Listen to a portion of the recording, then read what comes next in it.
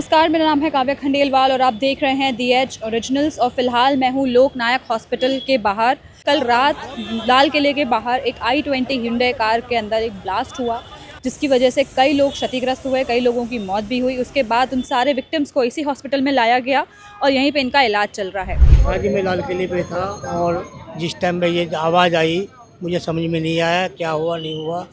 और चोटें लगने के बाद हम जो है भाग खड़े हुए, बस उसके बाद जो गाड़ियों में आग लगी और उसके बाद हमें पता नहीं है जी। तो आपको क्या हॉस्पिटल में सही इलाज दे रहे हैं या नहीं? हॉस्पिटल में हमें एंट्री लेने नहीं दिया जी, हमें पुलिस वाले भगा रहे हैं और इलाज अपना जो है हम प्राइवेट से करवाए हैं, तो आपको अंदर जाने भी नहीं दिया? अंदर जाने भी नहीं दिए।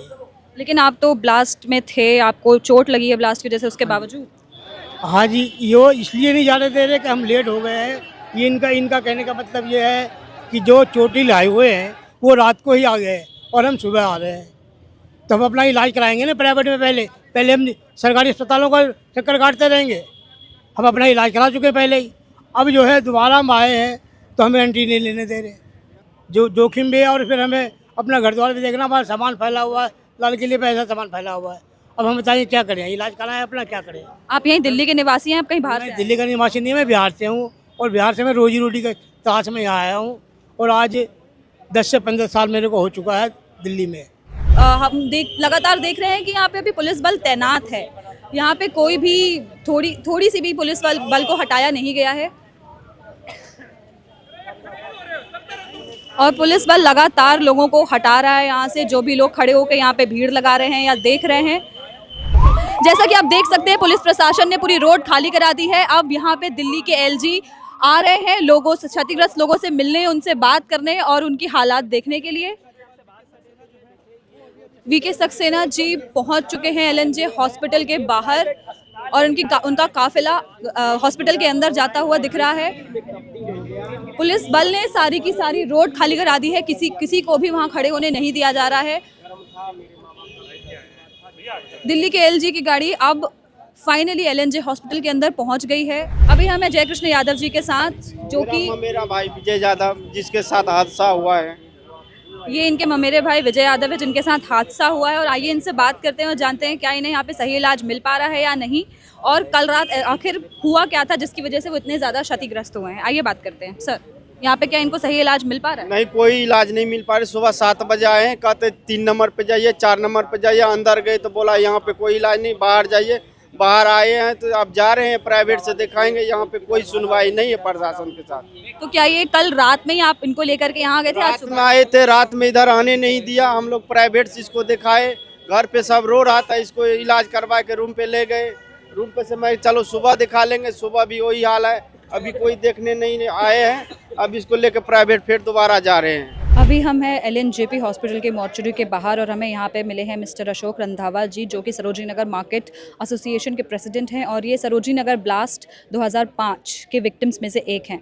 और यहाँ पे एक ये बहुत अच्छी सेवा दे रहे हैं और इनका एक एनजीओ भी है जो कि ऐसे लोगों को जो कि बॉम्ब ब्लास्ट के विक्टिम्स हैं या उन लोगों को जिनको एम्बुलेंस नहीं मिल पाती है, उन लोगों को निःशुल्क सर्विस प्रोवाइड करते हैं। और वो यहाँ आज सुबह से मॉर्चरी के बाहर बैठे हुए हैं, लोगों को पानी पिला रहे हैं।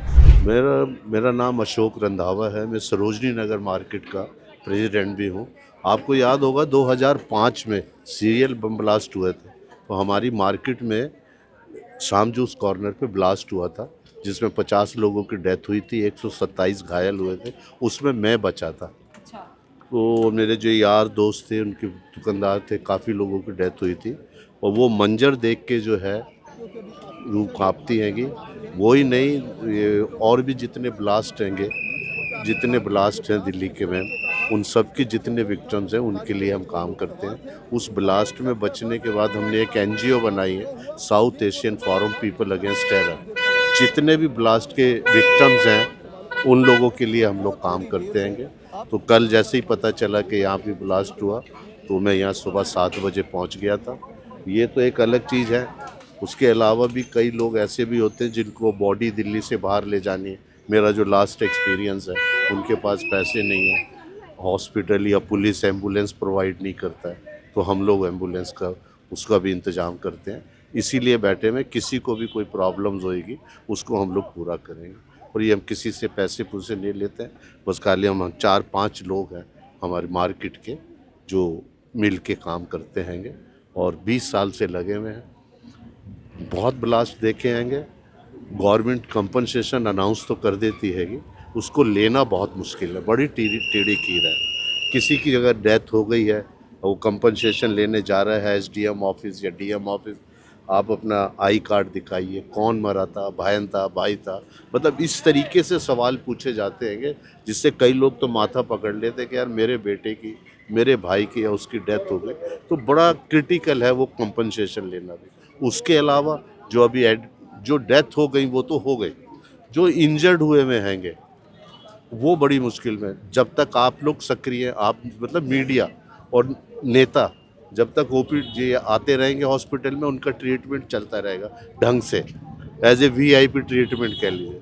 उसके बाद 1 हफ्ते के बाद इनकी छुट्टी, वही ओपीडी की लाइन है, वही किसी की टांग कट गई, किसी का कुछ कट गया, तो उस टाइम हम लोगों की ड्यूटी बनती है। अभी हम हॉस्पिटल के बाहर थे तो वहाँ पे जो लोग क्षतिग्रस्त हुए थे, जो लोग घायल हुए थे, हमने उनसे बात करी तो उन लोगों ने बताया कि हम घायल ज़रूर हुए हैं, हम उसी ब्लास्ट में घायल हुए हैं, लेकिन हमें यहाँ पे ट्रीटमेंट नहीं मिल रहा है। हम कल रात में भी यहाँ आए, हमें अंदर नहीं जाने दिया गया।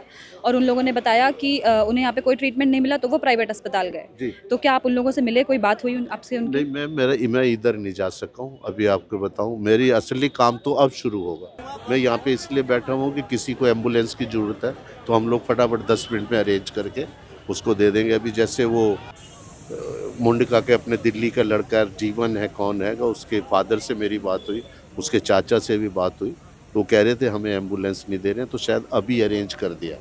अब जहाँ तक रही यहाँ वालों की बात, मैं बता रहा हूँ ना मैं, ट्रीटमेंट आप खड़े हुए हैं तो आपको देख के थोड़ा ट्रीटमेंट हो जाएगा आपसे, मतलब मीडिया से, उसके बाद नहीं पूछता कोई इनको। फिर मेरा ड्यूटी शुरू होती है आपके थ्रू मीडिया के कि जी ये ब्लास्ट का पीरियड विक्टिम हैगा, इसको ट्रीटमेंट नहीं ले रहा। जब वो छपता है या आप लोग दिखाते हैं तो फिर उसका ट्रीटमेंट शुरू होता है। ये मेरा मेन काम हैगा, इसमें हम लोग किसी से कोई पैसे पूसे वो नहीं लेते हैंगे। सर आप बहुत अच्छा काम कर रहे हैं, बहुत बहुत शुक्रिया आपका। आप जैसे लोग ही हैं जिसकी वजह से देश सेफ फील करता है। अब एक बॉम्ब ब्लास्ट के विक्टिम की फैमिली यहाँ से अपने परिजन का शव लेकर के जा रही हैं और वो अब कैब में बैठ चुकी हैं और अब वो यहाँ से अपने परिजन का शव लेकर के जा रहे हैं। प्रवीण जी, मेरा नाम काव्या खंडेलवाल है, मैं DH न्यूज़ से हूँ। क्या आप मुझे बता सकते हैं अंदर क्या हालात हैं और क्या उनको सही मेडिकल ट्रीटमेंट मिल रहा है? देखिए, बहुत अच्छा ट्रीटमेंट मिल रहा है। मैं सभी घायलों से मिल कर के आया हूँ और सभी घायलों ने मुझे बताया कि उनकी न केवल उनकी देखभाल हो रही है, बल्कि उनके जो परिवार के लोग हैं उनके साथ में हैं, उनको भी अस्पताल उनके चाय का, नाश्ते का, खाने का सारा प्रबंध कर रहे हैं। और हमारी सरकार इस बात के लिए संकल्पित है कि जो भी लोग इस दुर्घटना के दोषी पाए जाएंगे, कड़ी से कड़ी कार्रवाई उनके खिलाफ की जाएगी। उन्हें कॉम्पनसेशन या कोई और मुआवजा वगैरह मिलेगा? देखिए, एक बार पूरे जांच की रिपोर्ट सामने आने दीजिए और उसके बाद हम हर संभव काम करेंगे और कोशिश होगी कि जो भी हम लोग हताहत हुए या जो घायल हैं उन सब के साथ न्याय हो। जी, हम आपको बता दें कि अभी कुछ देर पहले सौरभ भारद्वाज यहीं पे बाहर आए थे और वो पुलिस प्रशासन बल से झड़प कर रहे थे कि उन्हें अंदर नहीं जाने दिया जा रहा है। उनका सिर्फ एक प्रश्न था कि अगर वो रूलिंग पार्टी से नहीं है तो क्या उन्हें अंदर नहीं जाने दिया जाएगा, क्या उन्हें विक्टिम से नहीं मिलने दिया जाएगा। तो झड़प के बाद अब वो अंदर गए हैं, अब वो बाहर आएंगे अगर तो हम उनसे बात करने की कोशिश करेंगे और जानेंगे कि अंदर आखिर हालात क्या हैं, क्या विक्टिम्स को सही मेडिकेशन मिल रही है या नहीं मिल रही है। आइए चलिए देखते हैं, वेट करते हैं उनके बाहर आने का। अरे भाई, हादसा नहीं होगा। देखिए, कभी भी कोई बड़ी दुर्घटना होती है तो हम देखते हैं सरकार के बड़े बड़े नेता अलग अलग पद पे एक बात कहते हैं कि भाई जिन लोगों के परिवार वालों की मृत्यु हो गई उनको हमारी गहरी संवेदनाएं, ईश्वर उनको दुख सहने की शक्ति दे, घायलों को जल्द इलाज हो।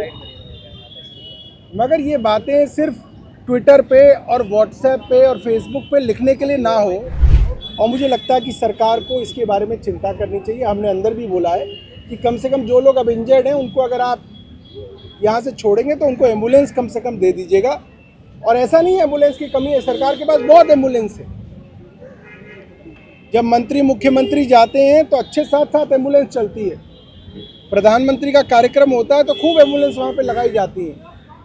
तो एम्बुलेंस की कम से कम एम्बुलेंस जो है एक मृत शरीर को एम्बुलेंस मिल जाए, ये हमारी सरकार से प्रार्थना है। हम लोग घायलों से मिले, डॉक्टरों से हमने बात की, घायलों का इलाज चल रहा है और ईश्वर से प्रार्थना है कि वो जल्द से जल्द जो है स्वस्थ होके आए।